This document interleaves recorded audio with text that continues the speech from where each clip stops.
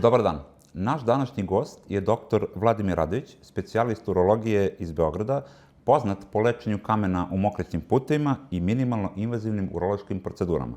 Dugi niz godina radio je na Institutu za urologiju u KBC Zvezdara, a danas je načelnik urološke službe u AC Badem Belmedic. Kako ste se odlučili za urologiju i kako baš specifično za tu oblast u kojoj ste ekspert? Urologija se desila sticajem okolnosti, skoro slučajno. Tu sam došao u okviru lekarskog staža, kruženja prvo na hirurgiju, u okviru hirurgije na urologiju i jako mi se dopalo to u čemu sam se našao i to što sam video, pogotovo ta endourologija i zapravo nisam odatle mrdao to. Završavao sam ova ostala kruženja usput, a otkad sam počeo profesionalno da se bavim medicinom, bavim se urologijom. Prvo ste bili u KBC Zvezdara.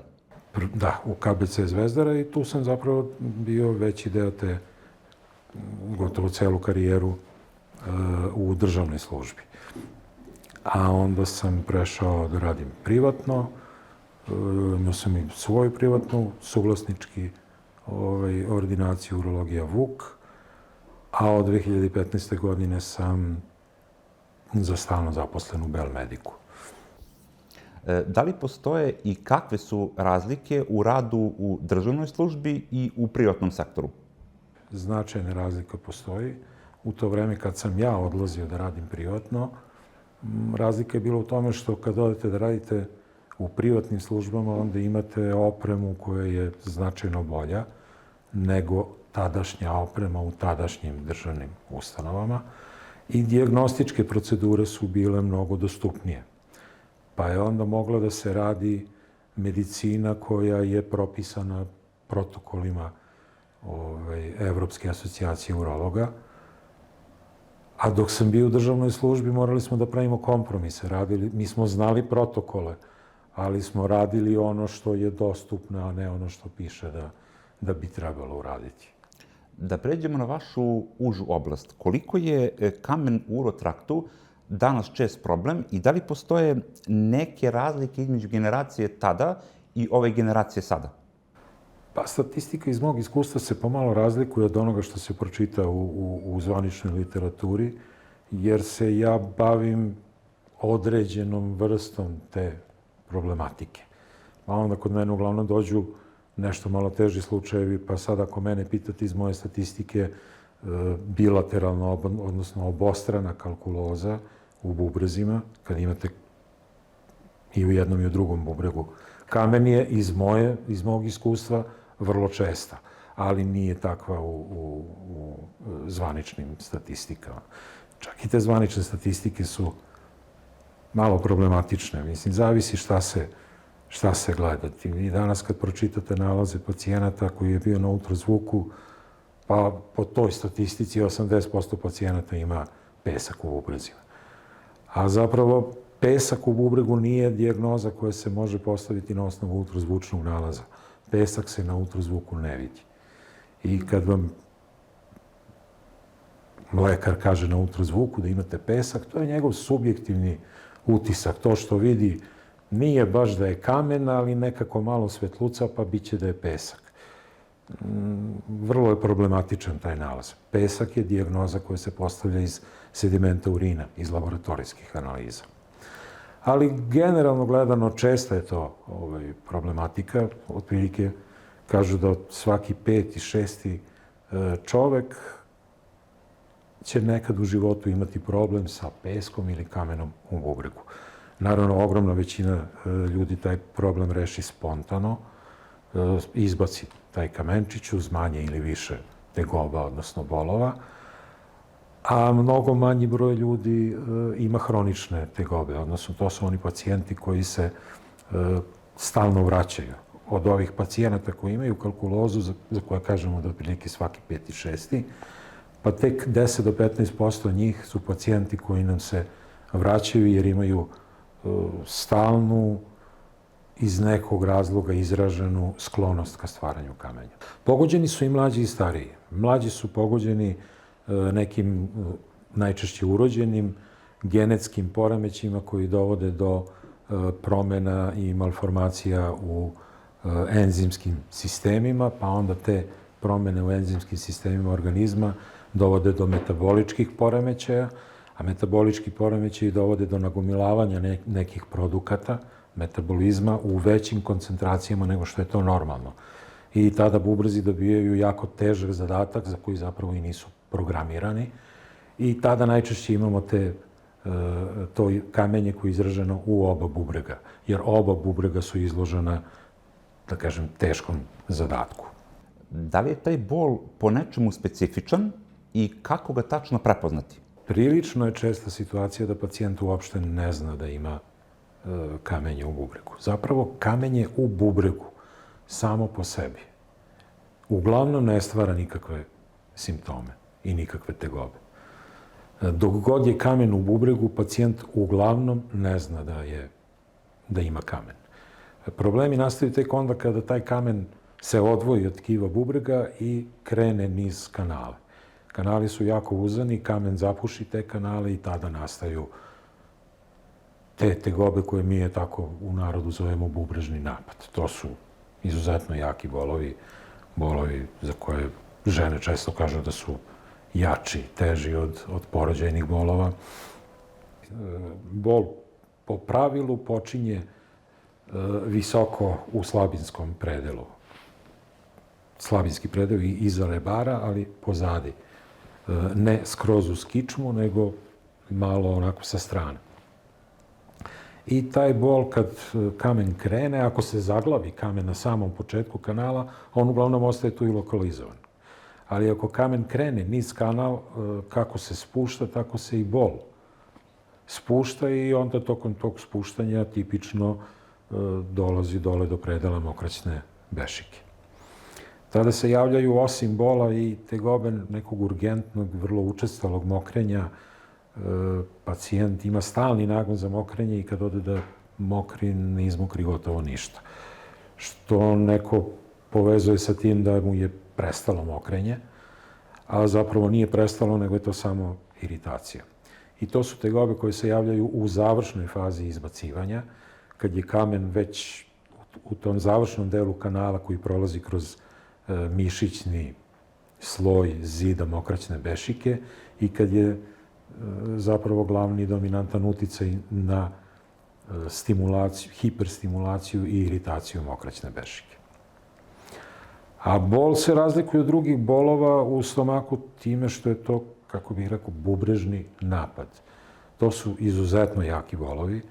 To stegne, čupa, drži izvesno vreme, pa onda malo popusti, pa se taman ponadate proći će, a ono stegne opet kao i pre ili još gore. I takav tip bolova se zovu bubrežne kolike. Sličan bol može da postoji i kod opstrukcije creva i to je onda neko prepucavanje između nas i hirurga u dijagnostici, šta je abdominalna kolika, što je hiruški problem, a šta je bubrežna kolika, što je naš urološki problem. I uglavnom je neka razlika u tome što naši pacijenti koji imaju kamen u bubregu zapravo mnogo burnije reaguju na taj bol. Oni, mi to kažemo u slengu, penju se po plafonima. Pacijenti koji imaju opstrukciju creva i koji imaju tu bubrežnu koliku, oni više pate. Nisu toliko, da kažemo, histerični u tom bolu. Da li postoje bubrežni kamenčići koji, kako da kažemo, nestanu, to jest sami napuste naš mokraćni sistem, ili to pak zavisi isključivo od njihove veličine? Kanal kroz koji kamen treba da prođe, to je kanal koji vezuje bubreg i mokraćnu bešiku, on je u proseku gledano širine dijametra oko 4 mm. To je naravno vrlo individualno, ali da kažemo u proseku je to oko 4 mm. Tako da svaki kamen koji je veći od 4 mm ima realnu šansu da se zaglavi da ne može da prođe. Kanal ima određenu svoju rastegljivost, koja je recimo kod dece mnogo više izražena, kod starijih manje. I Za stariju populaciju mi računamo da pacijent, ne da računamo, nego je takva statistika, pacijent ima šanse 50% da izbaci kamen veličine 5 mm. Polovina ljudi koji imaju problem sa kamenim spontano ga izbaci ukoliko je kamen 5 mm i manje. Kamen je 5 pa i 6 mm. Dajemo pacijentima vremensku distancu, dajemo im, što bi mi rekli, lufta, da uz terapiju probaju spontano da izbace taj kamen i dajemo im obično oko 2 nedelje vremena. Posle 2 nedelja, opet po nekoj generalnoj statistici koja je prilično raširena i individualna, ali posle 2 nedelje često nastaju promene koje su nepopravljive na bubregu. To nije tako tragično, jer bubreg ima izuzetno veliku rezervu funkcije. Kao kad vozite automobil koji ima 200 konja, pa sad kad imate neki problem prokuvao ili nešto, on je izgubio 2, 3, 5, 10 konja, a ostalo mu je 190. I onda se to u normalnom životu obično i ne primećuje. Ali ako to stanje dugotrajno, mesec dana i više, onda dolazi do propadanja bubrega i, nažalost, nekad se javlja situacija da kad mi dijagnostikujemo kamen, onda više ne rešavamo kamen, nego vadimo bubreg jer je njegova funkcija zanemarljiva.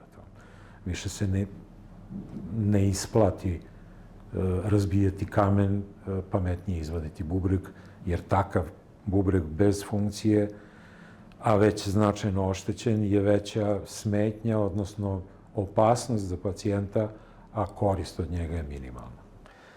Danas su minimalno invazivne procedure razbijanja kamenja dominantne. U velikoj meri se napustila klasična hirurgija.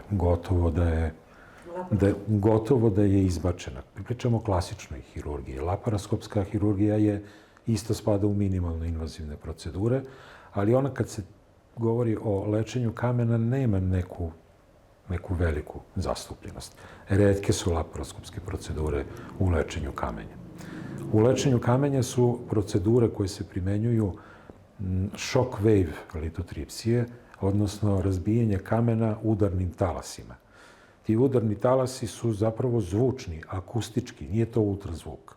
To je zvučni, akustički talas. Prilikom razbijanja vi jasno čujete taj talas koji je fokusiran i usmeren ka kamenu i nagomilavanjem te akustičke, zvučne energije u kamenu dolazi do njegovog pucanja. To je najmanje invazivna metoda. To je ono što se u narodu zvalo, pa i dan danas to zovu kada. Jer je nekada pacijent bio potapan u kadu, jer je vodeni medijum, vodena sredina je jako dobar prenosioc tog zvučnog talasa. Danas su ti aparati malo sofisticiraniji, nema potapanja u kadu, samo se prisloni uz taj slabinski predeo gde se nalazi bubreg, prisloni se jedna gumena lopta ispunjena tečnošću koja prenosi taj zvučni talas. To je najmanje invazivna metoda. Međutim, ta metoda ima ograničenja. Njom se ne mogu uspešno razbijati kamenci koji su jako velike gustine. Mi na skeneru imamo mogućnost da merimo gustinu kamena, koja je najpribližnija tvrdini kamena, ne sasvim linearno zavisna, ali najpribližnija. Gust kamen je najčešće i tvrd kamen. I ono kamenje koje ima gustinu preko 1000 jedinica gustine, mi to zovemo nekih Hounsfieldovih jedinica, to kamenje nije pogodno za razbijanje u kadi, odnosno tim udarnim talasima. Takvo kamenje je neophodno razbijati endoskopskim procedurama. Endoskopska procedura podrazumeva aparaturu koja je onako vrlo sofisticirana i mi tom aparaturom ulazimo kroz prirodne kanale.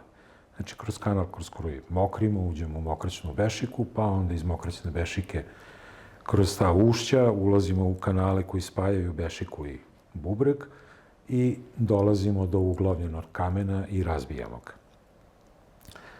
Ti aparati mogu biti rigidni, odnosno čvrsti, mogu biti fleksibilni, odnosno savitljivi i u zavisnosti od lokacije kamena i njegove veličine, položaja, koristimo jedne ili druge. Kamenje koje je niže dole blizu bešike, za njih koristimo jednostavnije te čvrste aparate, a za kamenje koje je visoko u kanalu ili u bubregu je neophodno koristiti te fleksibilne aparate kojim mi možemo zapravo da jurimo kamen kad zapadne u razgranate šupljine bubrega. A da li je kada metoda bolna, kako to pacijenti podnose i da li se radi o opštoj anesteziji? To je procedura koja se danas u principu ne radi u anesteziji.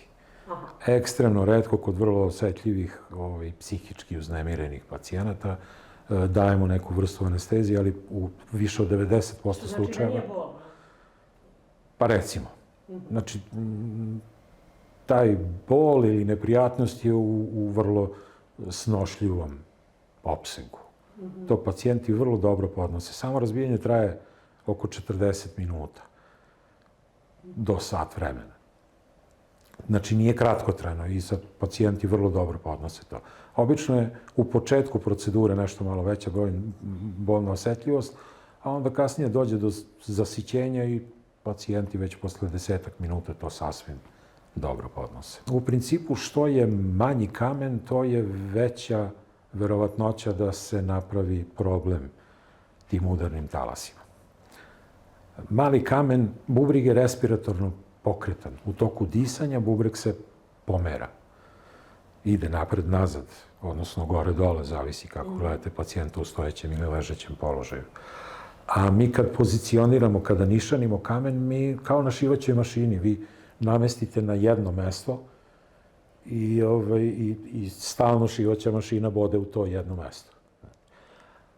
A imate dugme koje se pomera. Tako se i kamen, kad dišete, pomera.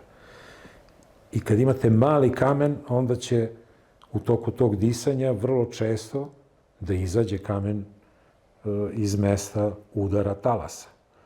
Na tom mestu talas udara u bubrežno tkivo i onda ga oštećuje. Ako lupate po kamenu, vi možete da upotrebite veliku snagu akustičke energije i nećete štetiti bubreg, jer svu energiju apsorbuje kamen. Ako imate mali kamen, onda vrlo često udarate mimo kamena po bubregu i onda je veća verovatnoća da oštetite bubreg. Ako imate mali, a tvrd kamen, vi imate potrebu da ga udarate velikom snagom, a ne smete da udarate velikom snagom, jer veliki broj udara ide mimo kamena u bubreg. I zato ta esvel ima svoja ograničenja. Takvo kamenje treba razbijati ovim drugim endoskopskim procedurama, odnosno laserskim energetskim izvorom. Nakon što završimo sa tom intervencijom, kolika je šansa dođe do recidiva, to je da se kamen ponovo vrati? Da li je to često ili se opet dešava nešto ređe? Kamen se vraća po nekim opštim statistikama u 10 do 15% slučajeva. Kažem, iz mog ličnog iskustva je to češće. Mi kad razbijemo kamen, procedura endoskopskog razbijanja je takva da mi sitnimo kamen do veličine zrna za koje pretpostavljamo da pacijent može da izbaci. Uhvatimo najveće zrno koje je ostalo posle razbijanja i probamo da ga izvučemo. Ako možemo da ga izvučemo, onda je pretpostavka da će i sve ono drugo što je manje pacijent spontano izbaciti. Nije pametno izvlačiti svo trunje, jer je onda, što bi rekao narod, skuplja dara nego mera. Onda kanal značajno oštetite tim nasilnim izvlačenjem. Kad izvučemo tu partikulu kamena, to parče kamena, mi to šaljemo na minerološku analizu. I sa tom minerološkom analizom znamo koji je hemijski, minerološki sastav kamena, pa onda dajemo pacijentima preporuku dijete. kako da se ponašaju, šta da izbjegavaju, šta eventualno da forsiraju od namirnica, da bi smanjili verovatnoću da se taj kamen ponovo javi. Najčešće kalkuloza, najčešće kamenje je oksalatno kamenje. Gotovo 80% kamenja je oksalatno. I ono je često kod ljudi koji u velikoj meri konzumiraju zeleniš. Oni koji, recimo, baš ne piju dovoljno tečnosti, a jedva čekaju da dođe proleće da unose velike količine raznih zeleniša, salata, spanaća, oni su skloniji ka stvaranju tog oksalatnog kamenja. Ima podneblja u kojima se baš povrće i zeleniš mnogo ne preferira, više vole meso, tu je češće uratno kamenje. Šta je onda po vašem mišljenju najbolja prevencija? Česte kontrole, recimo, koliko često, otprilike neki prosječan čovjek treba ići na kontrole? Brzina stvaranja kamena je jako individualna. Ima pacijenata kod kojih se mi prenerazimo kad dođu na kontrolu, posle par meseci i otprilike kao da ništa nismo radili. I ima onih kod kojih se to i ne ponavlja. Imali su kamen jednom, mi razbijemo kamen, oni to izbace, mi im damo neku preporuku, oni se pridržavaju tih preporuka i više nikad nemaju problem. Vrlo je širok dijapazon tih situacija. Teško mogu da vam kažem baš neku, teško izvući medijanu, odnosno neki prosek iz tako širokog spektra.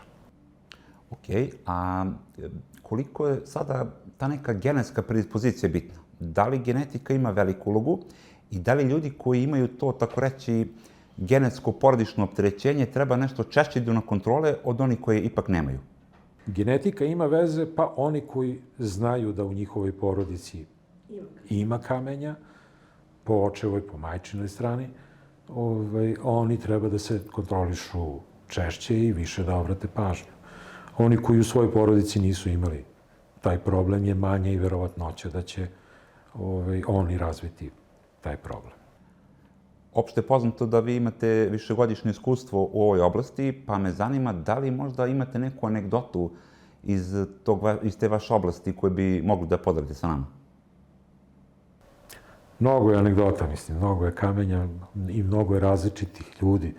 Ljudi imaju vrlo različit stav prema životu, prema sebi, prema ishrani, prema navikama.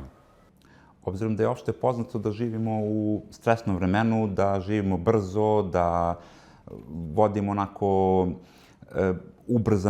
da imamo ubrzan način života, koliko sada naše emotivno stanje i stres imaju uticaja na stvaranje bubrežnih kamenčića? Pa iz mog iskustva ne vidim da to ima direktnog uticaja na stvaranje kamena. Može da ima indirektnog, jer stres menja i stanje navika i okrenutost prema sebi i svom organizmu. Neko će u stanju stresa da bude okrenut prema sebi i svom zdravlju gotovo manično, a neko će zanemariti sebe. Zavisi šta je uzrok stresa, da li je stres lično stanje ili lična ugroženost, ili je stres ugroženost nekog bližnjeg, pa onda zaboravite na sebe to. Koje su onako najbolje dijagnostičke metode za otkrivanje kamena u bubrezima, po vašem iskustvu? Zato što znamo da ipak zakazivanje skenera ili bilo koje onako malo specifičnije dijagnostičke procedure u državnim službama je ravno najmogućoj misiji. Ultrazvuk je metoda koja je jako, jako rasprostranjena i vrlo dobra za otkrivanje kamenja u urinarnim putevima, pre svega bubregu.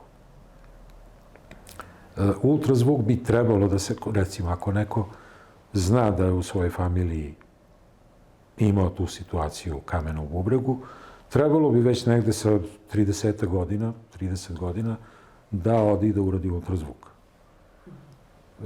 Analiza urina je opet druga metoda koja je vrlo značajna. Mi tu vidimo da li ima kristalurije, da li tu postoji zapravo taj pesak u mokraći. Pa onda ako neko to ima, trebalo bi da uradi i ultrazvuk. Prva, najjednostavnija i najjeftinija metoda je ta laboratorijska, sediment urina. Pa ako tu ima nečega, kristala, onda takav pacijent treba da ode i na ultrazvuk. I onda u zavisnosti od nalaza na tom ultrazvuku treba dalje da se prati. Mi pacijente koji imaju problem sa kamenjem i koji su ga ponavljali, otprilike savjetujemo da na godinu dana obavezno rade ultrazvuk, bez obzira da li imaju ili nemaju tegobe. Ono što sam negde pročitao, to je da postoji narodno verovanje da je pojavljivanje bubrežnih kamenčića u direktnoj vezi sa geografijom, to jest sa mestom u kome živimo. Da li je to tačno i da li postoje neke vode koje su, ajde da kažemo, više peskovite? Nema mnogo veze. Nije potpuno bez ikakvog osnova, ali te tvrde vode nisu uzrok stvaranja kamenja. Mi imamo neke vode koje imaju specifičnu pH vrednost i onda su one dobre za neko kamenje. Ali nema univerzalno dobre vode za svo kamenje. Jer vode koje su bazne nisu dobre za kamenje koje se taloži u baznoj sredini i obrnuto. Tako da taj neki generalni savjet kao ova voda je dobra za kamenje jeste za neko, ali ne za svo kamenje. Da li zadržavanje vode u organizmu ima veze sa srcem ili sa bubrezima? Ko je tu glavni krivac, po vašem mišljenju? Ima i sa jednim i sa drugim.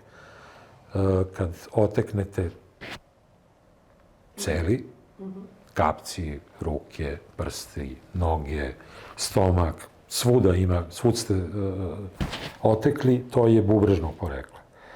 A kad se pojave otoci na nogama, a onda preko noći ujutru kad ustanete nema otoka, to su srčani. Srce ne uspeva da ispumpa taj hidrostatski pritisak, da savlada. Ono do te mere oslabi da ne može da savladava taj hidrostatski pritisak. A kod bubrega taj hidrostatski pritisak nije dominantan, nego poremećaj u preraspodeli elektrolita koji onda za sobom povlače vodu. A elektroliti su jednako zastupljeni u svim delovima organizma, bez obzira na položaj tela. Tako da kad je otok svuda, to je bubreg, a kad je otok samo na nogama, to nije bubreg, to je srce. A koji je savjet, pošto, evo, sada neko ulazimo u leto, kreću velike vrućine, koliko treba prosječna osoba da pije tečnosti dnevno da bi to bilo dovoljno? I da li tu postoji preterivanje ili postoji neki optimalan nivo? Ono što je najbitnije je unos tečnosti. Znači, neophodno je da budemo dobro hidrirani, da nikad ne budemo žedni. Obično se priča o tome da unos tečnosti treba da bude 1,5 litar. Zapravo je malo drugačije gledanje je bolje gledanje. Ono što izmokrimo, količina urina koju u toku dana za 24 sata izmokrimo, bi trebalo da bude 1,5 litar. Zimi, kada se ne znojimo, nemamo druge gubitke, obično unesete 1,5 litar i izmokrite 1,5 litar. Ali leti ili kod sportista koji imaju naporne treninge, mnogo se znoje, disanjem gube veliku količinu tečnosti, nekad je potrebno da unesete i 4 litra da biste izmokrili 1,5 litar. Tako da ta navika uzimanja tečnosti je jako bitna. To je teško sad voditi statistiku u tome ko od nas meri koliko izmokri. Onako neki najgrublji savjet bi bio kad god primetite da je mokraća koju ste izmokrili jače obojena i jače žuta, niste uzimali dovoljno tečnosti. Čim je jače obojena mokraća, pojačajte unos tečnosti. I koja je vaša poruka za kraj? Najefikasniji predlog poruka je pijte dovoljno tečnosti. Koliko je dovoljno, onoliko koliko je potrebno da popijete da bi mokraća koju izmokrite bila svetlo žute boje.